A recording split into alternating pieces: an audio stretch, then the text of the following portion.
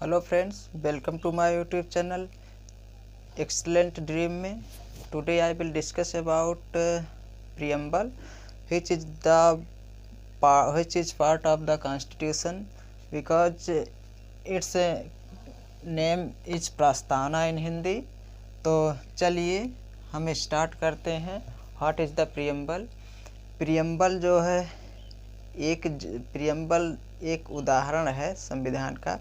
Means preamble जो है जैसे एक पिक्चर होता है, उसका एक ट्रायल होता है, पहले दिखाया जाता है पिक्चर बनने के पहले ही। तो सेम प्रकार से प्रस्तावना में भी पूरा दिखाया गया है कि संविधान क्या चीज़ है और इसको क्यों बनाया गया है। तो चलिए हम इसको देखते हैं। सबसे पहले प्रस्तावना जो है, प्रियम्बल जो है, एक्सेप्ट स्टार्ट किया था अमेरिका ने इसको पहले स्टार्ट किया। और इसमें जो है प्रस्तावना एक पिक्चर, एक ट्रायल की तरह है जो पूरे संविधान को एक जगह दिखाता है कि संविधान भारत का क्या है और क्यों इसे बनाया गया है। तो सबसे पहले इस प्रियम्बल में 42nd अमेंडमेंट एक्ट 1976 के तहत 3 शब्दों को जोड़ा गया है: socialist, secular and integrity. Socialist, secular and integrity. सबसे पहले ये एक ही बार इसमें प्रियम्बल में जो है अमेंडमेंट किया गया है, संशोधन किया गया है। उसके बाद प्रियम्बल में संशोधन नहीं किया गया है। तो कॉन्स्टिट्यूएंट असेंबली ने जब संविधान बनकर तैयार हुआ था, कॉन्स्टिट्यूएंट असेंबली ने 26 नवंबर 1949 को संविधान को अडॉप्ट किया और यह जो है इन्फोर्समेंट में आया 26 जनवरी 1950 को। 26 जनवरी 1950 को मतलब लागू हुआ। इन्फोर्समेंट में आया भारत का संविधान। तो चलिए सबसे पहले जो है 1900 बेरूबरी केस, एक 1960 में बेरूबरी केस आया था। उसमें कहा गया था कि जो ये प्रस्तावना प्रियम्बल है यह जनरल थिंग्स है, मतलब छोटी सी चीज़ है। इसको जो है संविधान में शामिल नहीं किया जाएगा या संविधान में इसका स्थान नहीं है। But after that Kesavananda Bharati case 1973 supreme court में दोबारा एनालिसिस किया इस डिसीजन को और उन्होंने पाया कि सुप्रीम कोर्ट ने पाया कि यह जो है यह डिसीजन उनका गलत था और पाया कि केशवानंद भारती केस में यह एक खंड है संविधान का प्रस्तावना। और उसके बाद LIC ऑफ इंडिया केस 1995 में सुप्रीम कोर्ट ने कहा कि प्रियम्बल एक इंटीग्रल पार्ट है ऑफ द कॉन्स्टिट्यूशन, मतलब कॉन्स्टिट्यूशन का एक इंटीग्रल पार्ट है। तो अब देखते हैं कि इसके आगे क्या होता है। इसके आगे इसमें प्रियम्बल में क्या शामिल किया गया है, क्यों प्रियम्बल जो है पूरे संविधान को प्रदर्शित करता है। तो अब बात कर लेते हैं अमेंडमेंटबिलिटी, मतलब संशोधन की बात करते हैं।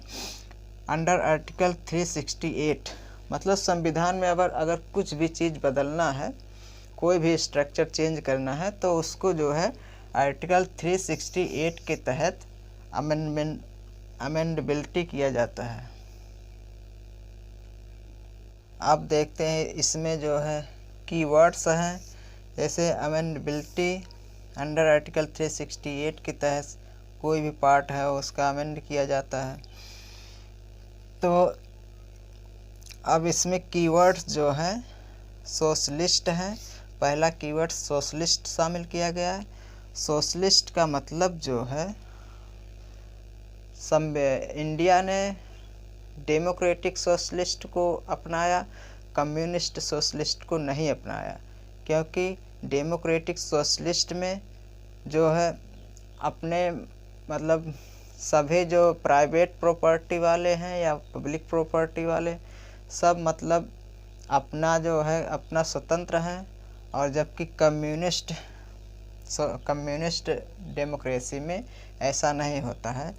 तब सोशलिस्ट जो है इंडिया ने अपनाया, और सोशलिस्ट का मतलब यही है कि प्राइवेट प्रॉपर्टी और पब्लिक प्रॉपर्टी जो प्रोडक्शन करते हैं और मैन्युफैक्चर करते हैं वो जो है अपना अलग अलग रह सकते हैं। और दूसरा वर्ड है सोवरिन। सोवरिन का मतलब भारत जो है सदैव था, लेकिन सोवरिन का मतलब भारत के ऊपर कोई किसी का दबाव नहीं रहेगा, और ना किसी से मतलब भारत मतलब सहायता या किसी के ऊपर निर्भर नहीं रहेगा। यह अपने आप में एक स्वतंत्र है, इस पर किसी देश का दबाव नहीं है। सोवरिन का मतलब ये है। और सेकुलर का मतलब समझते हैं। सेकुलर का मतलब होता है भारत में सभी धर्मों के लोग, जितने भी रिलीजियस लोग हैं, सभी लोगों को स्वतंत्रता दिया गया है। सभी जो है स्वतंत्र हैं, किसी भी धर्म को अपने धर्म को आगे बढ़ा सकते हैं, संविधान अलाउ करता है। और अगला आ गया डेमोक्रेटिक। डेमोक्रेटिक का मतलब हो गया लोकतंत्र। लोकतंत्र। भारत एक डेमोक्रेटिक देश है। भारत एक डेमोक्रेटिक देश है।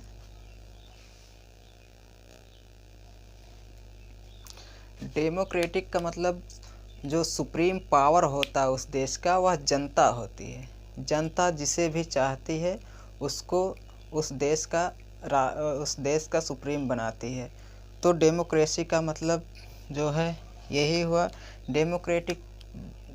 डेमोक्रेसी दो प्रकार के होते हैं, एक डायरेक्ट डेमोक्रेसी, एक इनडायरेक्ट डेमोक्रेसी। डायरेक्ट डेमोक्रेसी जो है वह रेफरेंडम के थ्रू कोई भी डिसीजन, जैसे अगर सरकार ले रही है डिसीजन या कुछ भी बना रही कोई कानून, तो वह डायरेक्ट जनता से राय लेगी। तो जनता जिस पक्ष में अपना निर्णय देगी उसी को वह सरकार मानेगी।